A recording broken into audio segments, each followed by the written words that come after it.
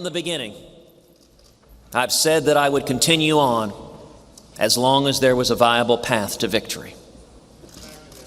Tonight, I'm sorry to say,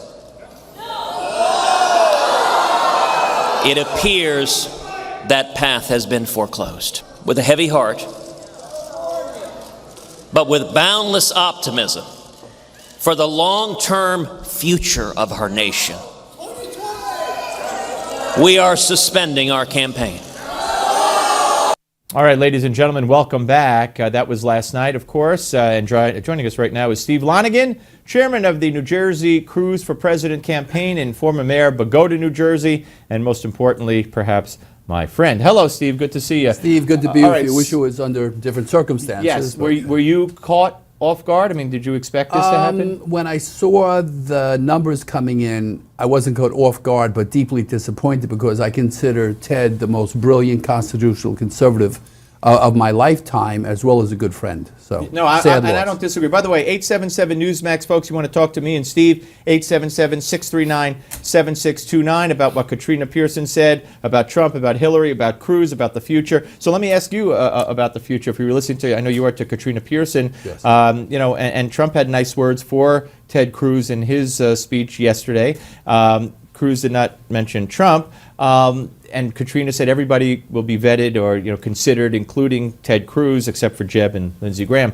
Is that something you could see happening, a Trump-Cruz ticket? I don't think so. I don't think Ted would be vice president to Donald Trump. And I think, look, Donald Trump won. And to put it bluntly, he kicked our butts. He did a great job. He really mobilized a lot of people, and he won fair and square, despite him thinking things were rigged against him. He did win. But now it's up to Donald Trump to galvanize the Republican Party. And a lot of people are saying, well, Trump can't win the general election. I think he can win the general election.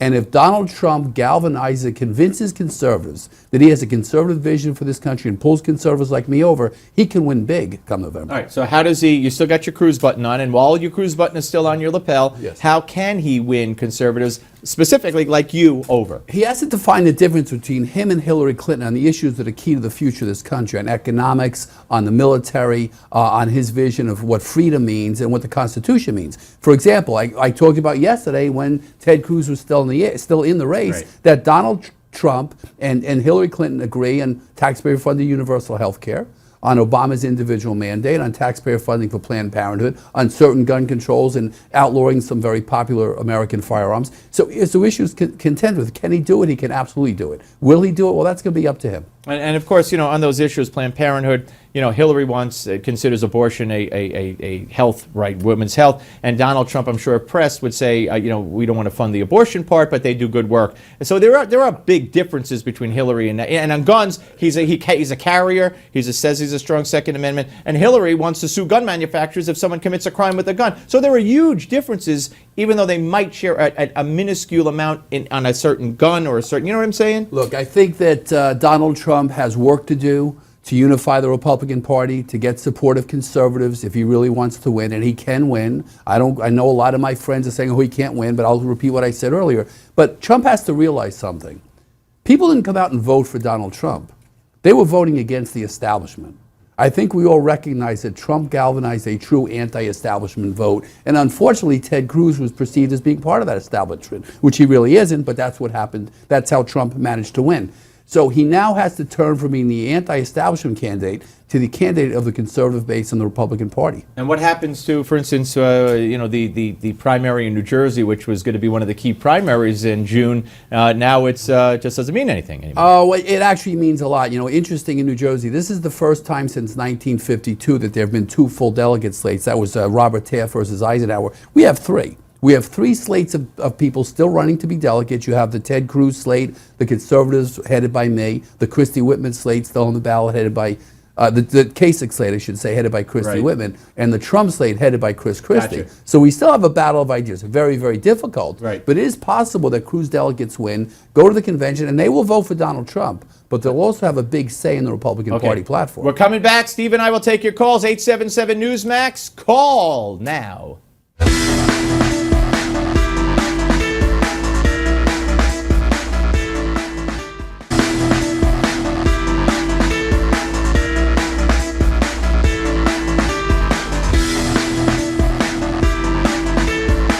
All right, ladies and gentlemen, welcome back live. Steve Malzberg with Steve Lonegan, still with us, chairman of the New Jersey Cruz for President campaign, former mayor of Bogata, New Jersey. Your calls this segment, and we'll take it later in the show as well, 877-NEWSMAX, 877-639-7629. First up, let's go to Lunenburg, Massachusetts, and say hello to Joe. Hi, Joe.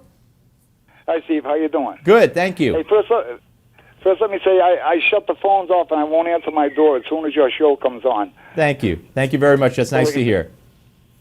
I just have one little quick thing, Steve. I just have a funny feeling that we haven't seen the last of Cruz or Kasich. I have a funny feeling they're going to show up at the convention with some kind of move on Donald Trump.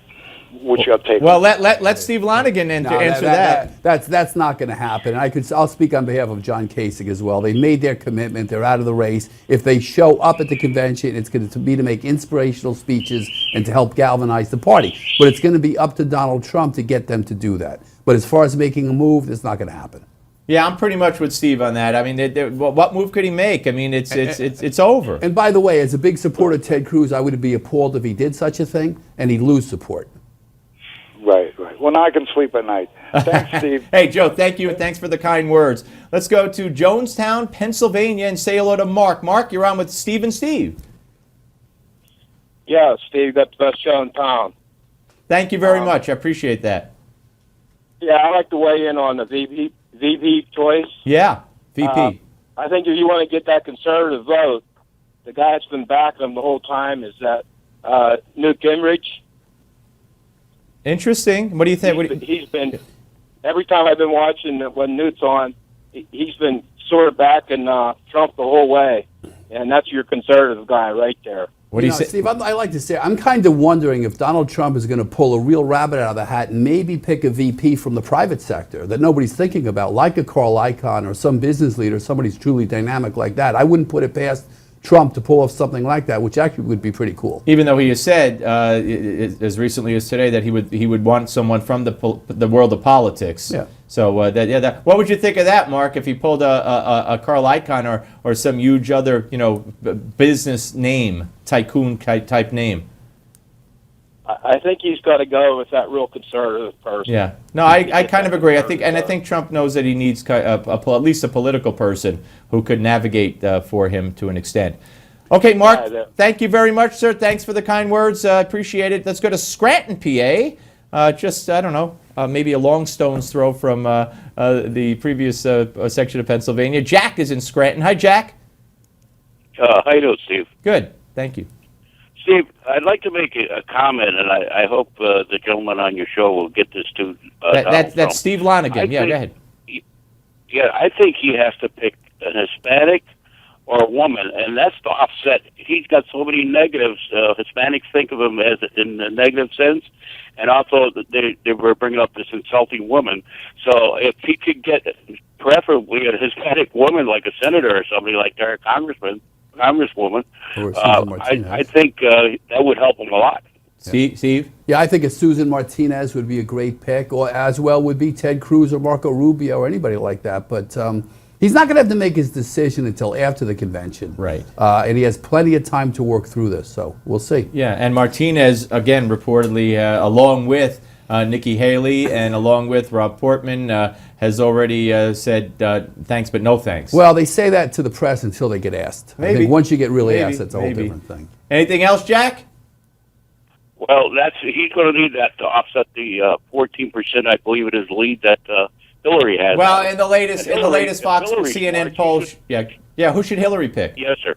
Who should Hillary pick? If Hillary's smart, sir,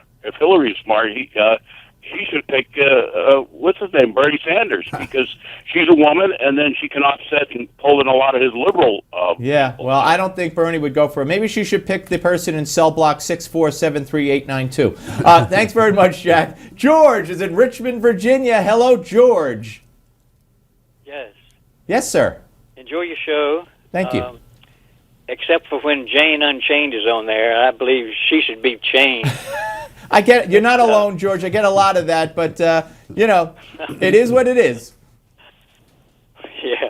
But I would also like to comment on someone you had on there said that Trump was unpopular, and I just can't understand that because he has so many voters that are coming out, and it just they must be polling the Democrats as far as I can tell. Yeah, listen. Yeah, Steve, quickly, with 20 seconds. What about the fact that he'll get more votes than any other Republican in primary history? Yeah, he's turned out a lot of new people to vote. I'll give him credit for that. He's mobilized the base. I'll give him credit for that. If he's unpopular, I'm not sure who he's unpopular with, except the people that are upset just now that he beat our guy, but they'll get over that, I think, over time. The big question is how popular will become amongst the Hillary Clinton supporters. I want to thank Steve Lonegan. I want to thank you, George. Thank you for participating. Andrea Tanteros from Fox News. She has a great new book, and she's here with me next. Then more of your calls.